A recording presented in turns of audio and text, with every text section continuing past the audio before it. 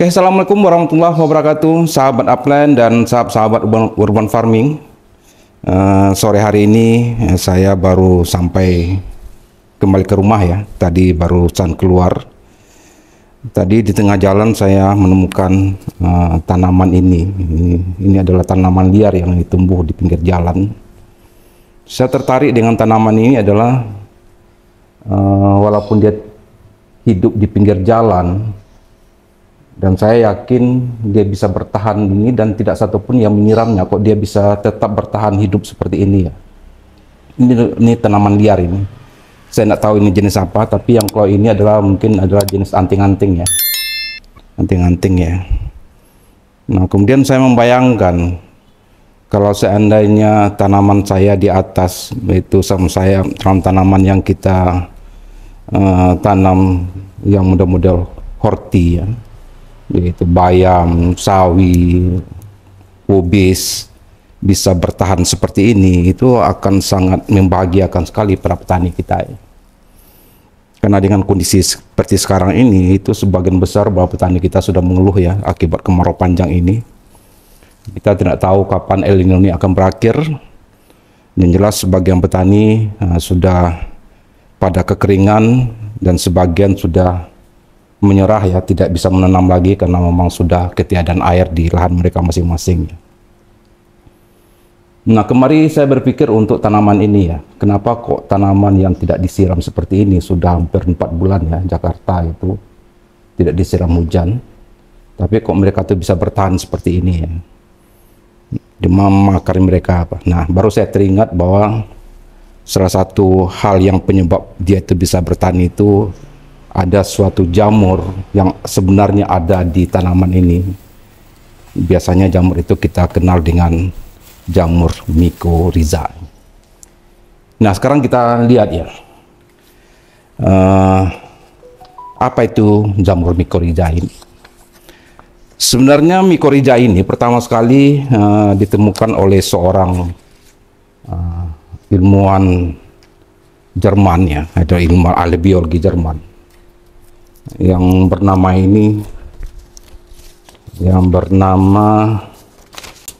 itu Albert Bernhard van. Itu sekitar 1885 ya. Si Albert ini itu suatu hari itu menemukan sebuah akar tanaman, di mana akar tanaman itu adalah diselimuti oleh jamur. Tapi anehnya, tanaman yang diselimuti oleh jamur itu warnanya ifanya putih ya, tapi tanaman itu tetap sehat dan malah itu tumbuh lebih subur daripada tanaman-tanaman yang lain ya. Akhirnya beliau menemukan penelitian, kemudian mereka si Albert ini memberikan nama dengan nama mycorrhiza. Jadi mycorrhiza itu adalah dalam bahasa Yunani myces artinya jamur, rhiza itu adalah akar, yaitu jamur yang hidup dalam akar tanaman dan dia bisa bersimbiosis dengan tanaman.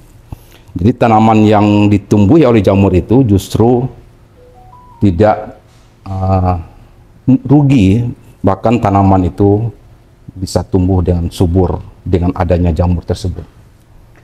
Nah, kita akan kembali kepada jamur mycorrhiza sebagai bahan yang sangat baik sekali ya untuk apa? Untuk pertumbuhan tanaman kita, terutama dalam kondisi musim kemarau sekarang ini. Jadi sebenarnya kalau kita lihat jamur mycorrhiza ini itu bisa terbagi pada 2 jenis dia. Jadi kalau seandainya kita temukan di lahan kita, pertama itu adalah jenis yang bernama Asbuscular atau arbuscular. Yang kedua itu namanya adalah Ectomycorrhiza. Nah, sebenarnya 2 jamur ini sama-sama merupakan jamur mycorrhiza, tapi fungsi dan cara kerjanya itu berbeda ya. Jadi kalau jamur Ectomycorrhiza ini biasanya itu dia tuh akan tumbuh di lahan-lahan kita di atas tanah ya. Dia itu adalah seperti jamur putih, kemudian dia mengembang, kemudian dia mengikuti seluruh lahan kita itu dengan berwarna putih. Biasanya dia hidup di tempat yang lembab dan teduh ini sebenarnya. Nah, tetapi dengan jamur yang namanya Asbus kular atau kular ini, itu dia itu justru mengintervensi akar dari tanaman. Jadi akar tanaman ini nanti jamur itu nanti lengket di tanaman ini, kemudian dia menyebar untuk menutupi seluruh akar ini, buku tanaman ini. Nah, kemudian setelah dia mengikuti seluruh tumbuh dalam seluruh tanaman kita ini, kemudian dia nanti akan ada di ujungnya itu akan membuat sebuah gelembung namanya pestikula ya. Jadi pestikula itu adalah sebuah gelembung yang berisi cairan. Cairan itu adalah cairan organik yang sangat dibutuhkan oleh tanaman kita. Isinya itu adalah nitrogen dan fosfor. Jadi kemampuan dari jamur ini adalah dia itu adalah bisa mengikat fosfor dan nitrogen yang ada dalam tanah. Ya, nanti akar ini akan mudah untuk menyerap fosfor dan nitrogen itu. Nah, jadi sehingga ketika jamur mikoriza tumbuh di perakaran tanaman, maka fungsinya itu dia akan melindungi seluruh akar ini dari tanaman kita ini. Salah satunya dia adalah punya pestikula tadi itu, gelembung-gelembung tadi itu yang digunakan untuk diisap oleh tanaman kita itu. Nah, namun sebaliknya tanaman kita ini pun juga akan memberikan manfaat juga kepada si jamur ini. Karena salah satu sifat dari jamur mikoriza ini, dia itu tidak mempunyai klorofil. Artinya dia tidak bisa memproduksi makanan sendiri. Nah, tapi tanaman kita ini nanti dari proses fotosintesis yang ada di daun ini, dia akan menurunkan gula atau karbohidrat ke sini, ke akar ini kembali, dan itu akan menjadi makanan bagi mikoriza. Nah, jadi kalau kita lihat betapa hebatnya ya jamur mikoriza ini, di samping dia itu nanti akan bisa memberikan asupan bagi tanaman kita, yaitu berupa N dan P, tetapi dia juga melindungi seluruh akar-akar tanaman ini. Jadi kalau mikoriza itu telah berkembang di tanaman kita ini, maka tanaman kita akan otomatis terlindung ya.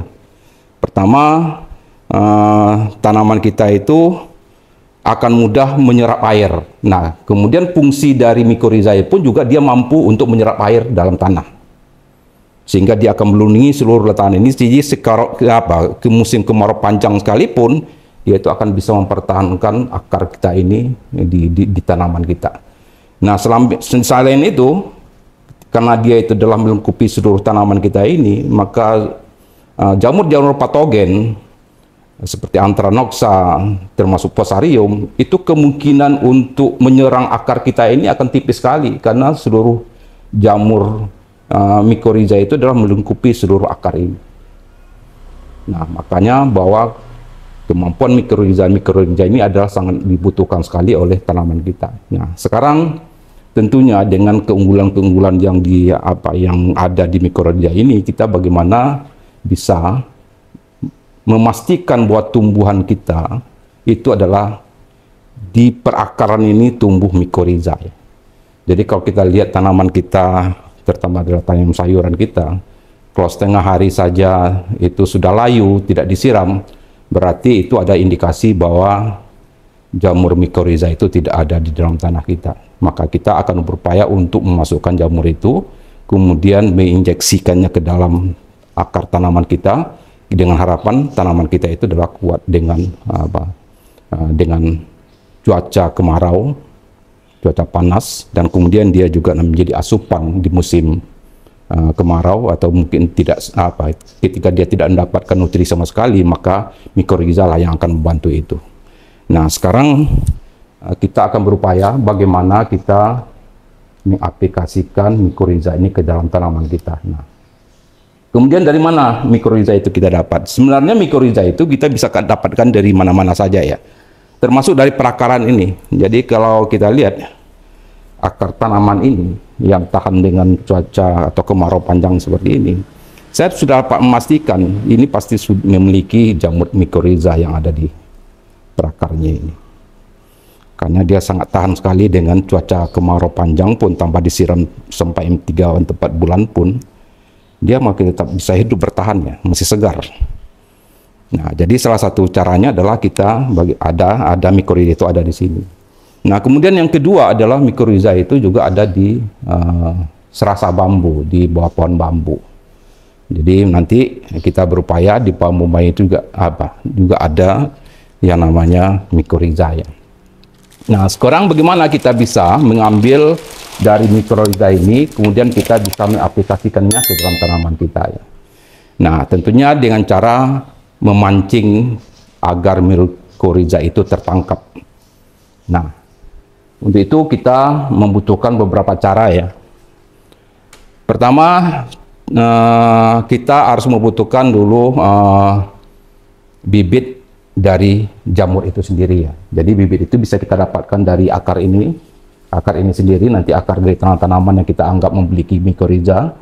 Salah satu contoh dari tanaman yang memiliki mikorhiza adalah dia itu tahan ketika musim kemarau. Itu adalah ciri-ciri dari akar tanaman yang memiliki mikorhiza ya. Yang kedua itu adalah dari serasa bambu. Jadi bahan yang kita butuhkan pertama itu adalah untuk memancing mikorhiza adalah pertama isolatnya sendiri ya, atau mungkin bibitnya ya. Jadi bibit ini bisa kita dapatkan dari serasah bambu, serasah pohon bambu.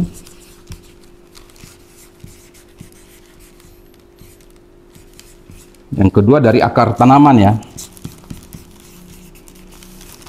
Jadi sekarang nanti kita akan mempraktekkannya langsung ya. Nah, pertama bibitnya. Yang kedua adalah media untuk memancingnya, untuk menghidupnya. Jadi media ini kita nanti akan memancing, memberikannya makan. Jadi makannya itu adalah karbohidrat ya.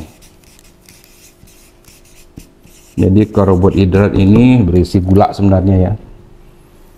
Nah, nanti sini kita pakai nasi saja ya. Jadi nasi itu adalah sumber karbohidrat. Nah, yang ketiga itu adalah media. Tapi saya biasanya menggunakan media ya. Media yang saya gunakan itu adalah jerami padi ya.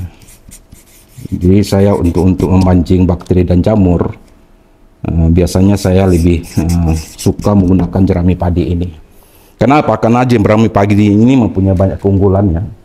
Di samping dia mempunyai karbon yang untuk memberikan energi kepada bakteri yang akan kita pancing, tapi dia juga mempunyai ruang-ruang yang berisi oksigen untuk tempat hidup dan bernapas dari bakteri atau jamur yang akan kita kembangkan. Nah, nanti kita akan coba mempraktekkan proses bagaimana kita memancing jamur mikorhiza. Oke, kita akan lanjut untuk mempraktekkan.